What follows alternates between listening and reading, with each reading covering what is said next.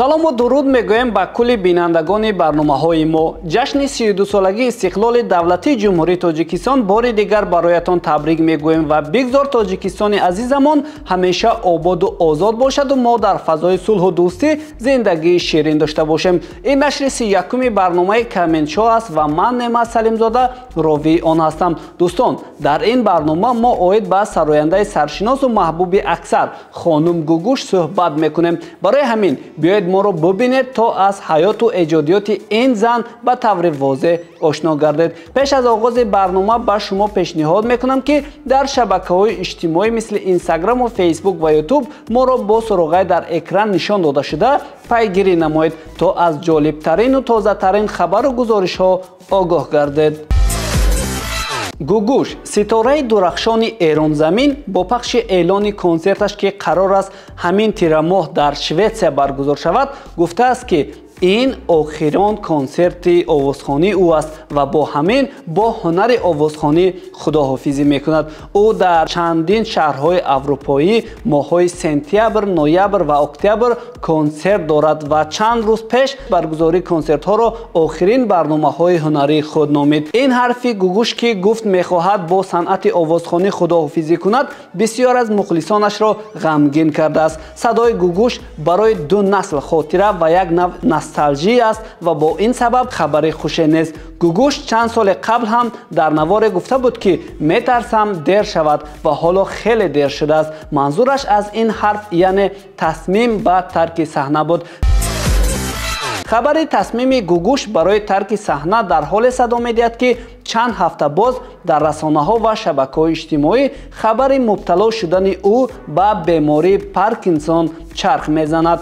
به همان بابازاده، روزنامه‌نگار ایرانی تبار در توییتر خود در خصوص بیماری پارکینسون گوگوش گفته است که خانم گوگوش که مدت هاست به بیماری پارکینسون دچار است، حالا در مواجهه با این بیماری به مرحله جدید رسیده که تارهای صوتی این خواننده را نیز تحت تاثیر قرار داده است. تاثیر بیماری پارکینسون به آواز او شاید مهمترین دلیل برای ترک صحنه کردن او باشد یا به تعبیر خود خواننده برای خداحافظی از صحنه خیلی دیر شده باشد. بیماری پارکینسون که حالا گوگوش با آن مبتلا است یک بیماری تبابت نشونده به حساب می رود. این بیماری به یک بارگی سبب مرگ نمی شود بلکه علامت های آن می تواند برای بیمار مشکلات دیگری را به وجود آورد و جان بیمار را به خطر اندازد. این بیماری از زمان پیدا شدن در بدن سالها طول می کشد که علامت های خطرناکش را ظاهر کند و بیمار را دچار مشکلات جدی کند. با این دلیل وقت بیماری شدت میگیرد و به مرحله آخر میرسد، نگاهبین شبانه روزی برای گرفتاران چنین بیماری حتمی به حساب میرود. با اینکه خبر بیماری او در شبکه‌های اجتماعی به برخی رسانه‌های عامیانه نشر شده و سر و صداهایی را به وجود آورده، ولی خود گوگوش بار هم به بیماریش اشاره نکرده است. نزدیکانش مهر سکوت بر لب دارند، اما بعضی رسانه‌ها بدون ذکر منبع می‌نویسند که گوگوش سالها قبل گرفتار این بیماری بود. این را هم گفت که گوگوش در چند سال اخیر بارها مسئله خداحافظی با آوازخوانیش را مطرح کرده بود. سال قبل در تلویزیون منوتو به این مسئله اشاره کرده گفته بود که به زودی این تصمیم را خواهد گرفت. مدتی بهش دارم فکر میکنم و فکر میکنم به زودی قبل از اینکه قلم منو بذاره کنار من بذاره. باید گفت که گوگوش اسطوره موسیقی فارسی زبان هاست و با هنرش قلب تمام مردم فارسی زبانان دنیا را تسخیر کرده است. تا امروز دیگر هیچ آوازخوان زن در عالم فارسی زبان ها پیدا نمی شود که تا به این سطح گوگوش رسیده و مقام داشته باشد. او حتی در غرب نیز شهرت دارد. گاهی روزنامه ها او را مدان ایران نیز خطاب می کنند. با وجود این همه شهرت، آوازه های نسبت به او در رسانه ها چاپ می شود که نام نیک او را داغدار میکنند. مسائل اولیوی او بیشتر از هر چیز دیگر مورد بحث رسانه ها قرار گرفته است. او 4 مرتبه ازدواج کرده و هر 4 بار هم ازدواجش ناکام بوده است. در آخرین مصاحبه‌ای که او انجام داد، پرده از واقعیت‌های زندگیش برداشته شده و سبب‌های جدایی و ناکام شدن این ازدواج‌ها را مربوط به همسران خود و اشتباه بزرگ خود دانسته است. حتی به گفته این سراینده اولین اشتباهش نیز همین انتخاب اولین همسرش بود. 2 تا اشتباه بزرگم، یکی انتخاب ازدواج اولم بود. باز میخوام بگم اونجا هم چاره نداشتم، داشتم از یه زندگی فرار میکردم و اولین کسی که بهم پیشنهاد کرد رفت.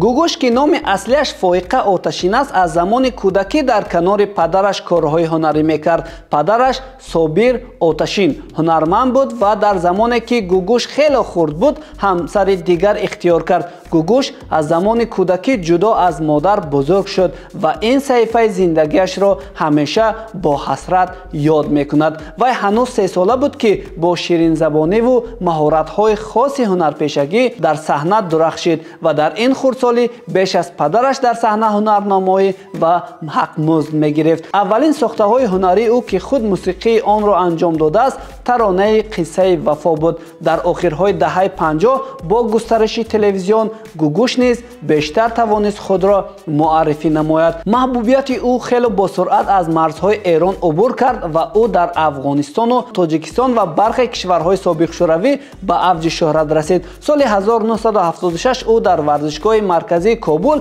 برای مردم افغانستان کنسرت داد که آن به گفته خودش یکی از خاطرانگیزترین کنسرت‌هایش بود. در تاجیکستان نیز گوگوش در زمان شوروی خیلی مشهور بود، مخصوصا در سالهای پایان حکومت شوروی. نوارهای ثبت آواز گوگوش از طریق افغانستان به تاجیکستان آمد و محیدین علیمپور، روزنامه‌نگار و عکاس شناخته تاجیک، نخستین کسی بود که با گوگوش مصاحبه انجام داده او را در تاجیکستان نیز معرفی کرد. گوگوش بارها در صحبت با رسانه‌ها گفته است که آرزو دارد در تاجیکستان کنسرت برگزار کند. او چند سال قبل بار دیگر از این نیت خود لب گشاده گفت که روزی میآیم تاجیکستان و آنجا کنسرت میگذارم. این یک جزئی برنامه‌های هنری من خارج از امریکا است. این آرزویی که هیچ وقت عملی نشد.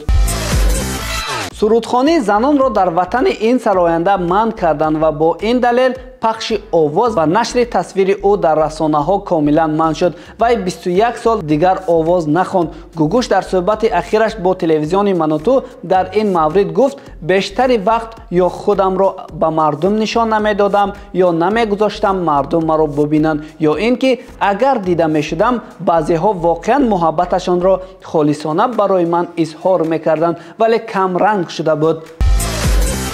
باید گفت که گوگوش از روز تولد تا حالا روزگار پرمشقت را پس سر کرده است. وی روزگار کودکیش را پیش نظر آورده میگوید که در زمان کودکی مادرندرش او و برادرش را خیلی اذیت میداد و حتی میزد. با اینکه پدرش خیلی مهربانی کرده است ولی رفتارهای آن زن بر روحیه و روان او تاثیر منفی گذاشته است. از زمانی که پدر مادرم از هم جدا شدن، من و برادرم رو دست پدرم مونده بودیم. دوران سخت زندگی من از زمانی شروع شد که پدرم با یک خانومی ازدواج کرد، 13 سال باش زندگی کرد و من 13 سال از دست این خانم اذیت شد.